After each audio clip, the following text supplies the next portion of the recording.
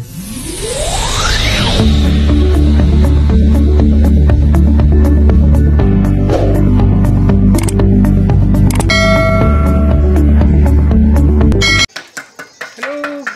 hapon po.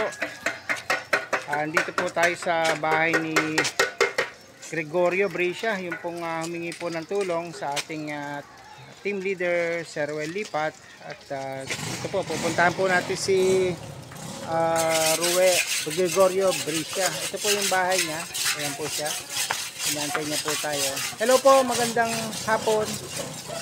Ayan. So, pwede ka ba naming i-video para sa may upload ko sa video ni Sir Ruel Lipat? Pwede po. Ilang taon na po kayo? 47. Okay, 47. So, ito po ang bahay nyo, yung may gate na yan. Sino na lang po ang kasama nyo dyan? Ako lang pong mag-isa, wala pong kasama. Mag-isa na lang. Sana po yung ano nyo, papa mo, tsaka mama mo.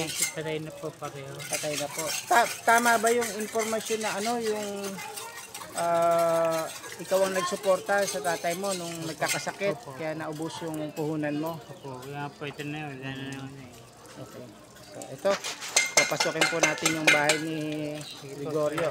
Shoutout po sa Team Ruel Lipat. Sir Ruel, nandito na po ako sa bahay ni Gregorio. Tignan po natin, pasukin po natin yung bahay niya. Payag na po siya na i-video natin at i-upload sa ating video sa ating YouTube channel, Dong Tigidong at Sir Ruel Lipat. Hello, papasok na po ako. Dito po kayo sa Barangay San Jose ng Baaw, Camarines Sur. Ito po yung bahay niya. Ito na po yung sala, ano, may sala ka na dito sa bungad pa lang ng bahay, may sala na. Kayo po si Gregorio, ano? So may nakasarang pinto diyan, may ibang nakatira diyan. Ikaw, sayo rin 'yan. Sa kanya rin. Okay. Ito yung ano ng magulang ko. Ito yung talagang bahay ng magulang. Yung bahay namin, hindi alam, wala na akong kasama. Ito na po yung bahay niya, nung magulang niya, nung nabubuhay pa. So, ilang taon sila nung namatay? Yung nanay ko, namatay siya is 66 years old. 66 years old. Anong year? 2015. Okay. Si papa mo? Yung papa ko, 71, namatay nung dalawang pala, 2023.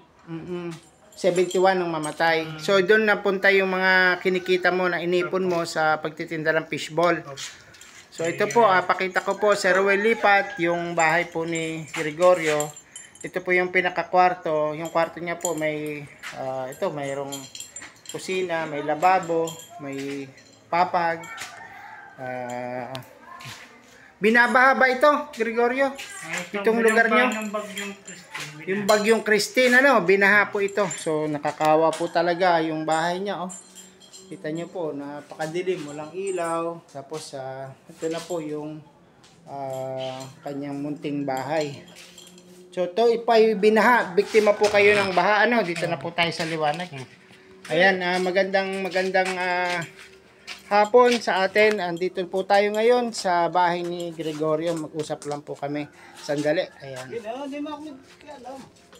Kaya magandang hapon sa iyo, Gregorio. Andito po ako ngayon para kuhanan ka pa ng video. Payag po kayong i-video at i-upload po ito. Sige po. Ayan. Si Gregorio po ay 47 na, ano, at ikaw po ay mag-isa na lang dito sa bahay nyo. Opo.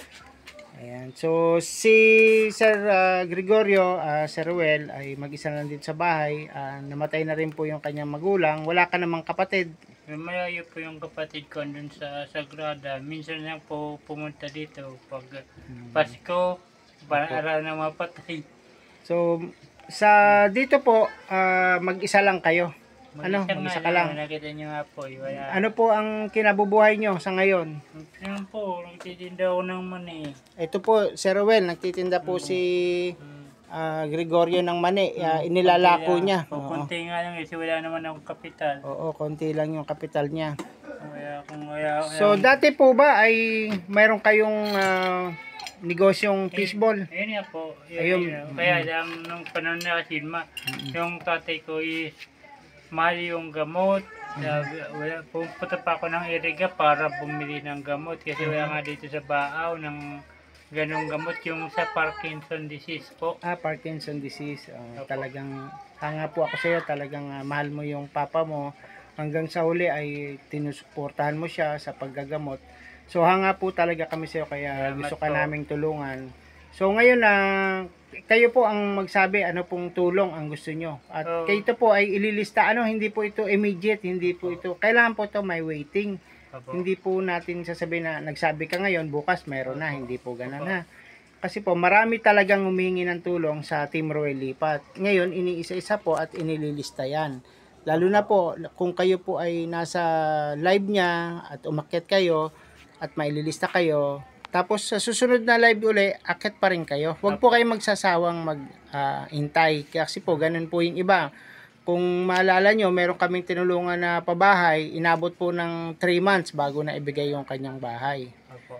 O ikaw naman, may bahay ka naman. So, sige po, sabihin mo anong gusto mong tulong. Yun po, maibalik ko po yun yung Fishball business negosyo, ko. fishball O kaya business. madagdagan yung paninda ko para Madagdagan itong mga mani kasi sa puhunan. Kailangan mo ng puhunan. puhunan. Kasi wala nga po akong puno, wala akong So, mautangan. meron kang Kaya hiling na pang fishball at pang maning puhunan. Opo. O magkano naman po kapag ganon? Ang Siguro, abutin ng siguro, 10, maano na pati yan, maayos na yan. Totally pa, pinturado yan. Bili ko ng yung kolong-kolong mo aayusin mo. Oo. May gas na ba yan? May gasol yung yung gasol. Kaya nga po kaya, Yun, kailangan pa rin yun. May super kalan po si Sir Ruel. Yung lalamanan na lang ng laman lalamanan pakakargahan. Tapos ito nga, sira o di kaya nga po. Sira na rin yung charger. Kaya nga po, kahit pambili lang nito, wala pa ako eh. Okay, so kailangan mo rin pala ng charger, sira na rin. Ano ba ang sira dyan? Yung cord lang o yung mismong itong adapter? Siguro, pati ito, siguro abot ito lang 200 o 300. O titingnan ko, baka may extra akong ganito, ibibigyan na lang kita. C-type ba yan? Yung U-type o USB type. O sige, huwag ka nang bumili niyan at hanap ako doon ng available sa bahay, bibigyan na lang kita.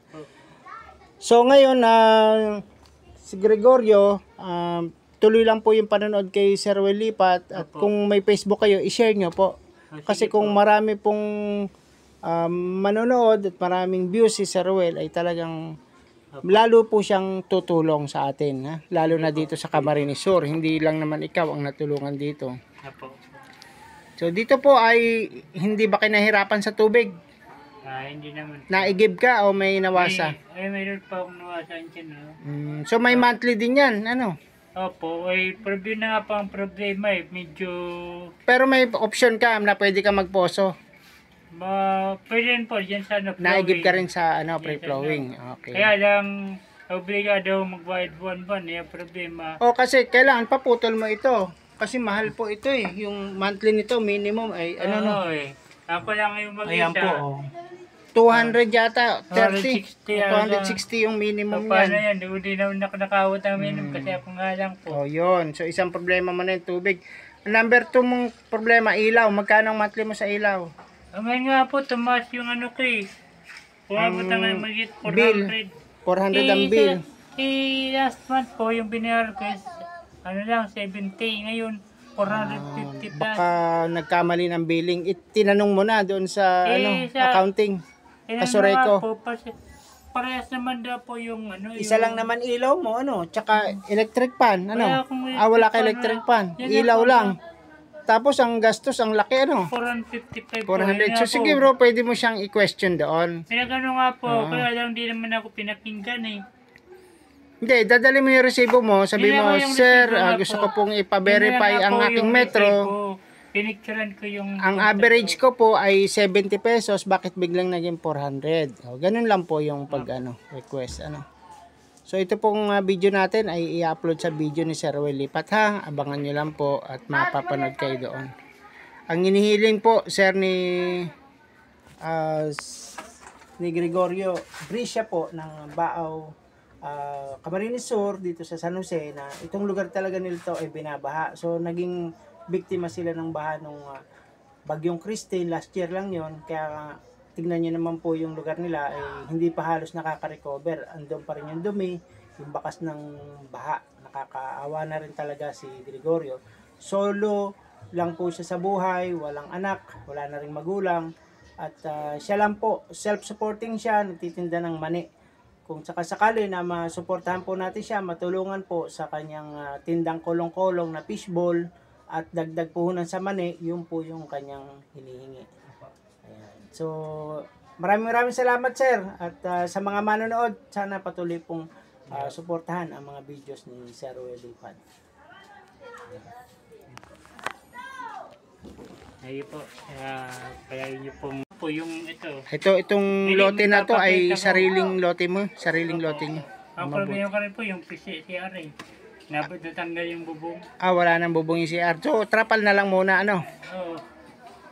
Oh, pero hindi ka nang liligaw. Wala kang girlfriend. Hindi mo na inaasikaso yun, ano? Ito na lang munang buhay mo. Ano ko na nga po yan, kung wala rin akong kinabubuhay.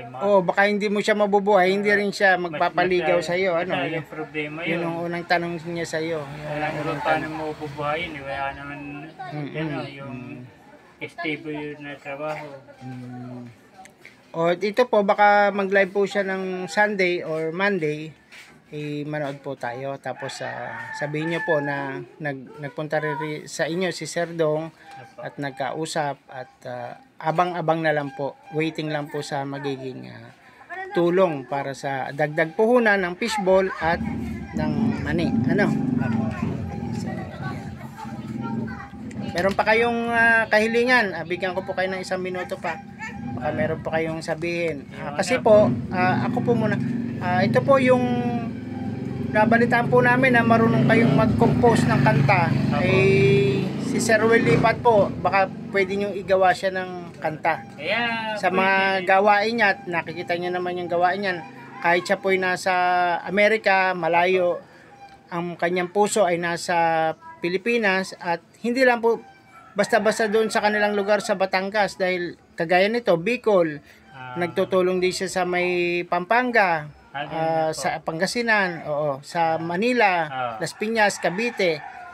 Wala pong pinipili siya na lugar na tutulungan. So ganun po siya. Kaya baka gusto niyo po siyang igawa ng kanta, ano? Bukas po pagpunta ko sa inyo, sa bahay niyo po, ibigay ko po yung kanta. Makagawa ka, ha? Para ipakita natin kay Sir Ruel Lipad. Hindi ko pa naman po alam gano'n, kaya gagawa, mag-iisip pa lang ako ano yung ginagawa niya kasi yan pa lang po natin. Sige, magpunta ka rin doon para maikwento ko sa iyo mula't umpisa nang siya ay tumulong, baka makatulong sa iyo sa pag-compose mo ng lilikhain mong kanta. Sige po, maasahan niyo po. Okay. Sige. Maraming salamat sa iyo, ha? Okay, salamat po. Tinda ka na, tinda ng mani. Ako bibili na ngayon. Bibili na ako. Magkano ba yan? Isa? 10 piso po. 10 piso. Sige, bibili ako diyan ng mani. Meron pa ako dito eh.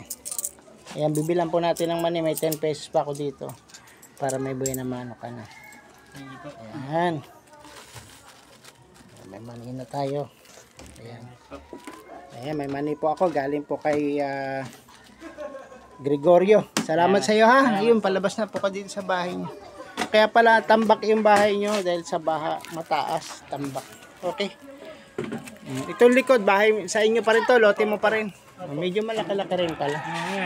Parang 8 meters itong ganito mo, ano? Wala akong kasama sa bahay. Wala lang kasama, kaya medyo ang dami rin dumi. Okay. Sige, God bless po, God bless.